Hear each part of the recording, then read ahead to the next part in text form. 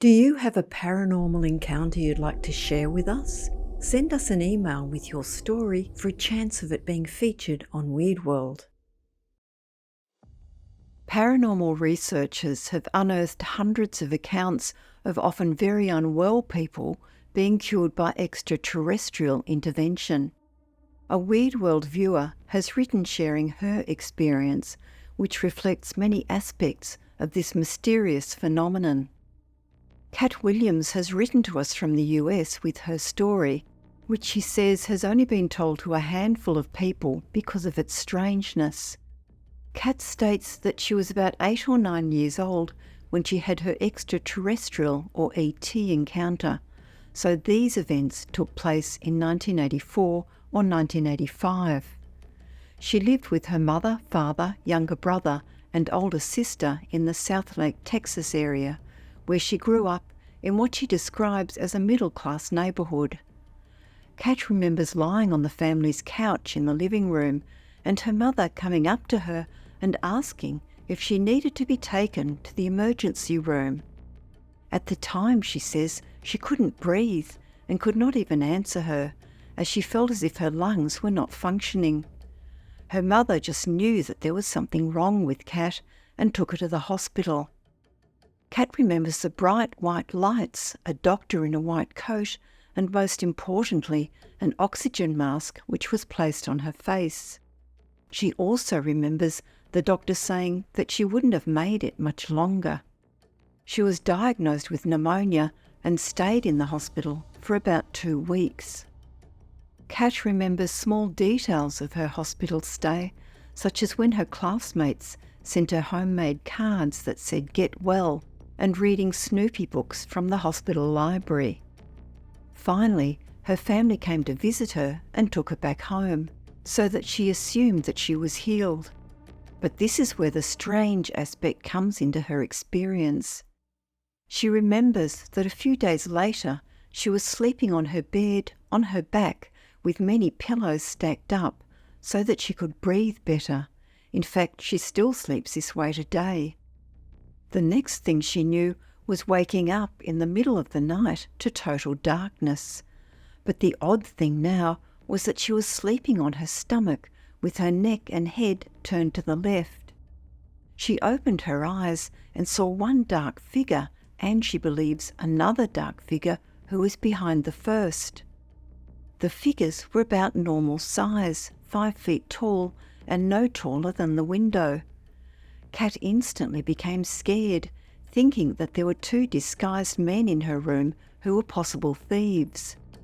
She could not move and is not sure whether this was because she was so scared or if something was happening to her. She was also sweating a little and decided to shut her eyes and pretend she was sleeping.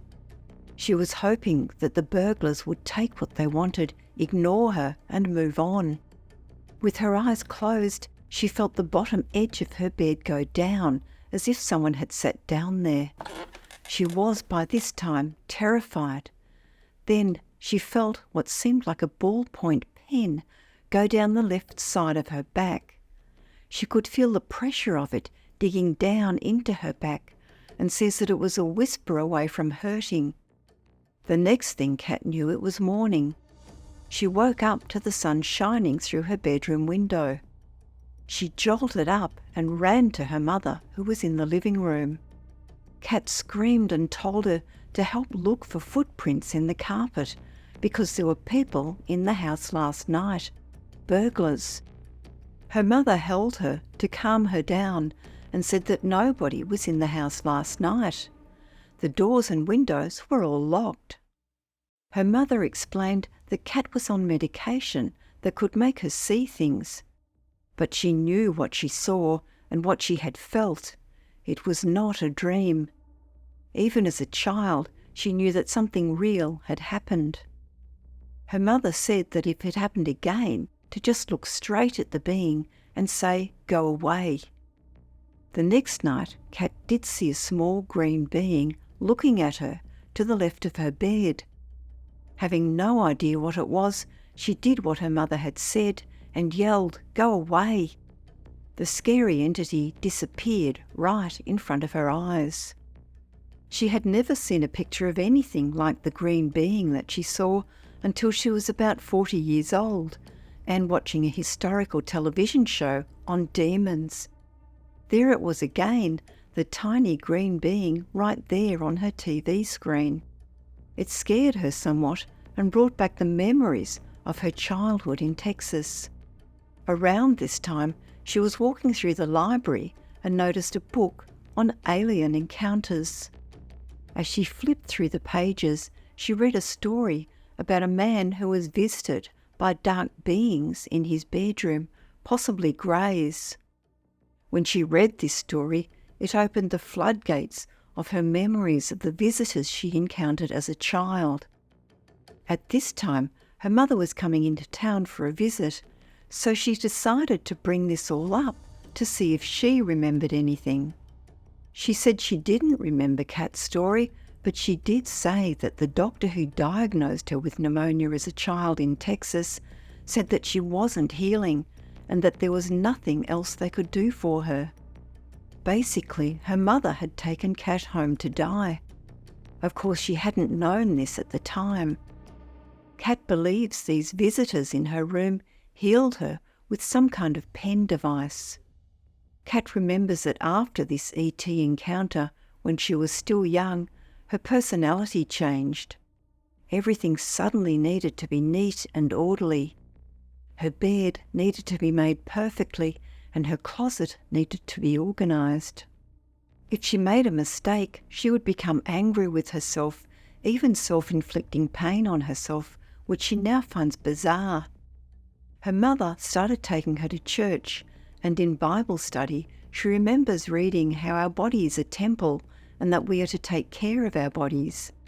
Still to this day, she doesn't drink, smoke, or do drugs, and tries to keep a clean body. A few years after the ET incident, she finally relaxed and somewhat became herself again. Things didn't need to be so organised and perfect. As an adult in her 40s, she has had X-rays done on her back, and there is nothing there, no chip or alien device to be seen. She checked records on the Mutual UFO Network website and saw that back in the 1984-5 time period, there were some UFO sightings. She still wonders if extraterrestrials visited her as a child and healed her, and if so, she is thankful for their visit. Researcher and author Preston Dennett has documented over 300 accounts of the healing of humans by extraterrestrials in his book, The Healing Power of UFOs. He quotes research indicating that at least 50% of alien encounters involve healing. The pen-like instrument that Kat remembers seems to often be used, which he suggests may be some kind of electromagnetic device utilising light therapy.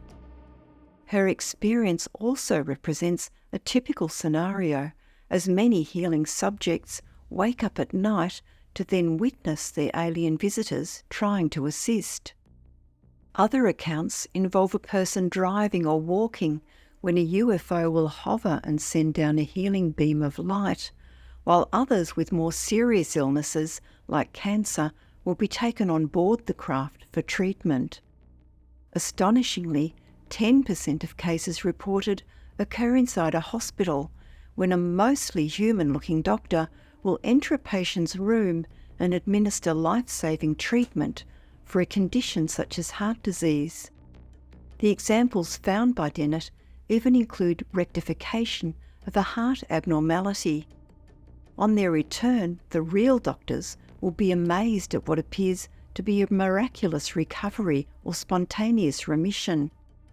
Dennett found in his research that many of these human subjects are, like Kat, terrified and feel violated, but in the long term most, 80 to 90%, are grateful for the intervention. Dennett believes that, despite often negative reporting, a main goal of UFOs is healing.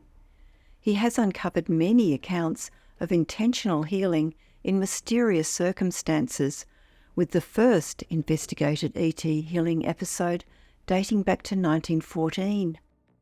Like Kat's experience, this was also on a child, a boy in Inveraray, Scotland, whose broken arm was healed by a small being. This leads to the question, why are certain individuals chosen for healing by extraterrestrials and not others? There seem to be no discriminatory criteria in that people of all blood types, ancestry, age groups, religious or political affiliation, both male and female, anywhere in the world, can be selected. Dennett has gleaned that in some cases the treatment is like a health upgrade, which has to do with the ET's interest in human lifespan and genetics influencing longevity. He says that about 50% of the subjects are people with a history of contact by aliens, with one subject told, "This is not the life we had planned for you." Dennett is also aware that the ETs have refused to heal certain injuries that they describe as karmic. Essentially, they cannot heal everyone and want us humans to learn how to help ourselves. But Dennett feels that there is a focus on helping humans who help other humans and even other species. These include health and social workers, inventors, teachers, environmentalists, creatives, and human and animal rights activists. And yes, Cat Williams does work in a helping and creative capacity today. Here's a link to her channel.